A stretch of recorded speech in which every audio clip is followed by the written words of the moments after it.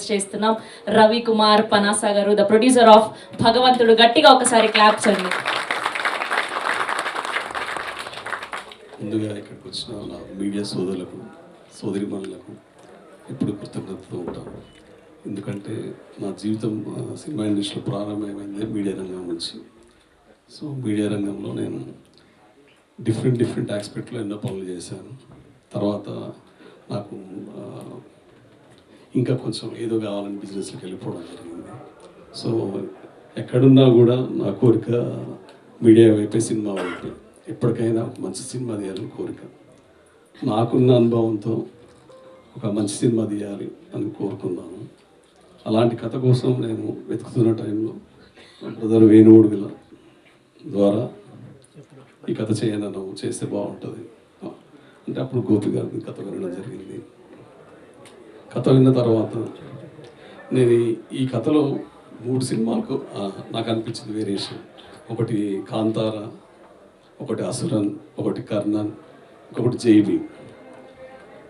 ఇలాంటి కథకి మనకు హీరోలు అంటే స్టార్డమ్ ఉన్న హీరోలు కాదు అనుకోని నాకు ఈ కథకి కొత్తగా ఉండాలి, కాస్టింగ్ కొత్తగా ఉండాలి, స్టేజ్ అనుభవం ఉన్న యాక్టర్స్ అయితే బాగుంటుంది అని నా ఆలోచన వచ్చింది. డైరెక్టర్తో డిస్కస్ చేసి ఎవరెవరైతే బాగుంటుంది అనుకున్నప్పుడు నేను జార్జ్ రెడ్డిలో ఏ క్యారెక్టర్ లలన్ సింగ్ అది చూసినప్పుడే ఆ వేరియేషన్స్, తర్వాత మసూదాలో సో తిరువీరితో చేస్తే బాగుంటుందని తిరువీరి కథ చెప్పడం జరిగింది. దాని తర్వాత జాతిరత్నాలు చూసినప్పుడు she's also stage actress, home acting. So అలా అనుకొని ఫరియా గారిని అప్రోచ్ అవ్వడం జరిగింది.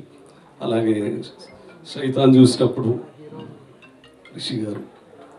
సో దాంట్లో ఇంకా ఒక క్యారెక్టర్ వాళ్ళ మదర్ చేసే శనికిషోర్ కూడా ఉంది. సో ఆమె కేరళలో ఉంటుంది, అతను రాలేదు, ఆమె రాలేదు.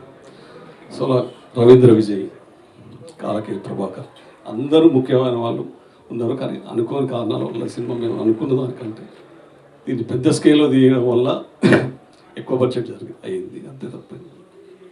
సో ఇంకా నేను అంటే నా సినిమా కాబట్టి నా సినిమా గురించి నేను కాన్ఫిడెంట్గా మాట్లాడగలుగుతాను. కానీ ఎండ్ ఆఫ్ ద డే ఆడియన్సే దీన్ని తీర్పు చెప్పగలుగుతారు. సినిమా రిలీజ్ ఏప్రిల్లో ఉంటుంది.